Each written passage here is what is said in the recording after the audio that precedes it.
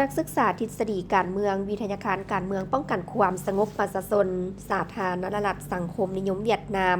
ได้มาทัศนศึกษาอยู่วิทยาการการเมืองป้องกันความสงบกระทรวงป้องกันความสงบสาธารณรัฐประชาธิปไตยประชาชนลาวในวันที่ 4 มิถุนายน 2025นำพาโดยพันโทปริญญาเอกหวงหุยแทงรองหัวหน้าอำนวยการวิทยาการการเมืองป้องกันความสงบประชาชนเวียดนามให้การต้อนรับโดยพลจัตวาปริญญาเอกสุขนิรันดรกุลละวงศ์หัวหน้าอำนวยการวิทยาการการเมืองป้องกันความสงบลาวมีคณะภาคคณะอำนวยการพนักงานครูอาจารย์และนักศึกษาเข้าร่วมโอกาสดังกล่าวนักศึกษาทฤษฎีการเมืองวิทยาการการเมืองป้องกันความสงบประชาชนเวียดนามได้เข้าวางกระตาดอกไม้ต่อหน้ารูปปั้นประธานไกรสอนพรหมวิหารจากนั้นนักศึกษาทฤษฎีการเมืองขั้นสูงสาธารณรัฐสังคมนิยมเวียดนามได้พบปะและเฮ็ดเวียกร่วมกับวิทยาการการเมืองป้องกันความสงบลาวโดยมีพันเอกสีเผ่าบุญบาลีดรองหัวหน้าอำนวยการวิทยาการการเมืองป้องกันความสงบลาว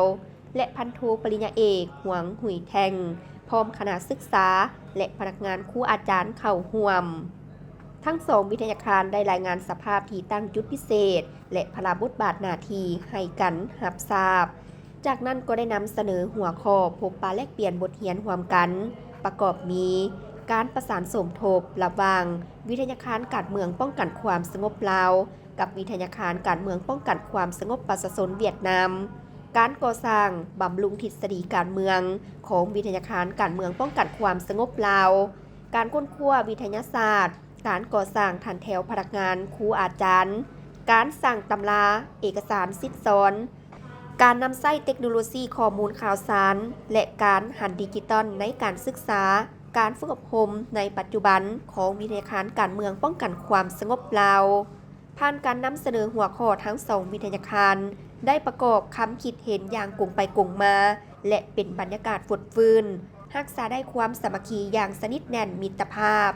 ทางนี้ก็เพื่อนำเอาบทเรียนที่ถอดถอนได้นำไปหมุนใส่อยู่วิทยาการของตนให้มีประสิทธิผลสูงสุด